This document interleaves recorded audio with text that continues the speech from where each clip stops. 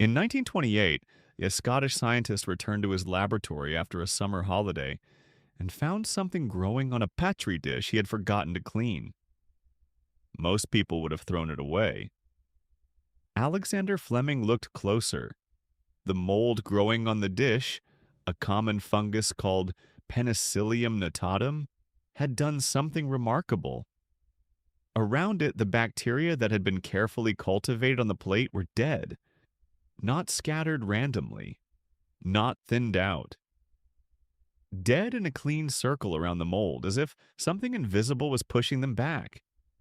Fleming had discovered that the fungus was producing a substance that killed bacteria. He named it penicillin.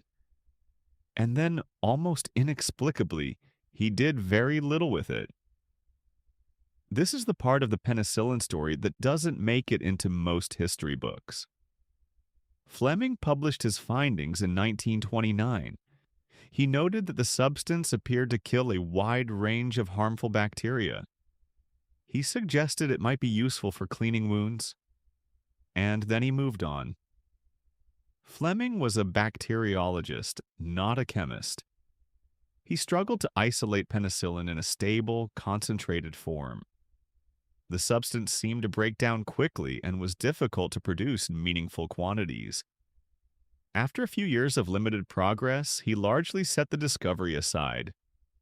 For a decade, penicillin sat in the scientific literature, noted, cited occasionally, but essentially ignored.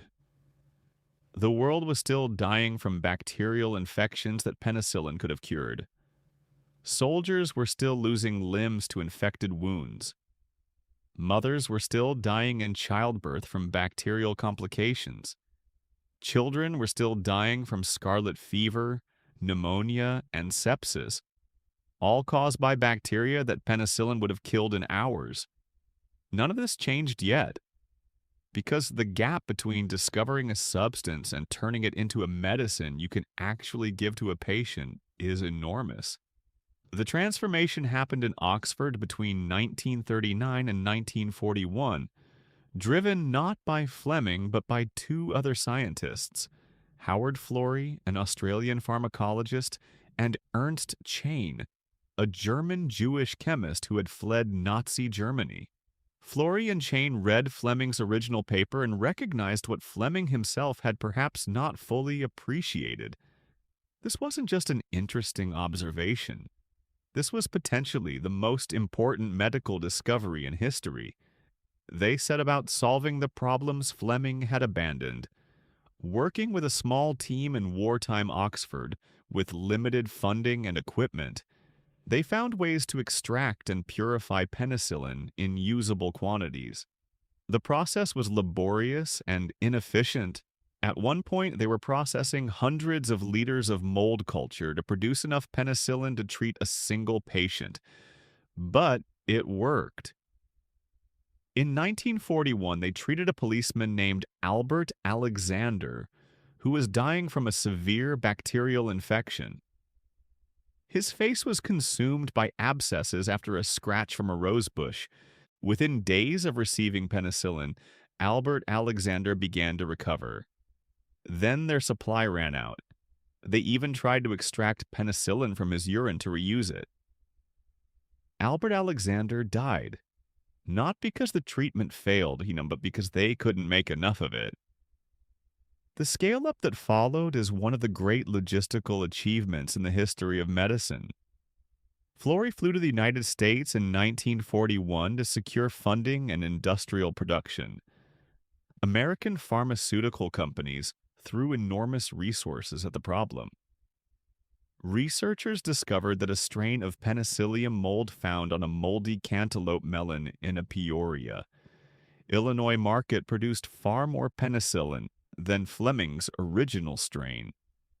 By 1943, penicillin was being produced in militarily significant quantities. By D-Day in June 1944, the Allied forces had enough penicillin to treat every major bacterial infection among their troops. Wound infection, which had killed more soldiers than bullets in every previous war, was no longer an automatic death sentence. The drug was not available to the general public until after the war. But when it became widely available in the late 1940s, the effect on human mortality was unlike anything medicine had produced before. Diseases that had killed people for all of recorded history, bacterial pneumonia, scarlet fever, syphilis, tuberculosis, childhood infections, became treatable. Life expectancy rose sharply across the developed world. The era of antibiotics had begun. So the next time you take a course of antibiotics and barely think about it, the slight inconvenience of remembering a pill twice a day, consider what that pill represents. A mouldy petri dish left on a bench in London, a decade of neglect. Two scientists in wartime Oxford working with equipment held together by determination. A mouldy cantaloupe in Illinois. An industrial mobilization on a scale medicine had never seen. And somewhere in the chain, 100 million lives, perhaps many more, that exist because of what Alexander Fleming noticed, and what Howard Florey and Ernst Chain refused to give up on. The most transformative medicine in human history began as something most people would have scraped into the bin. And now you'll know it.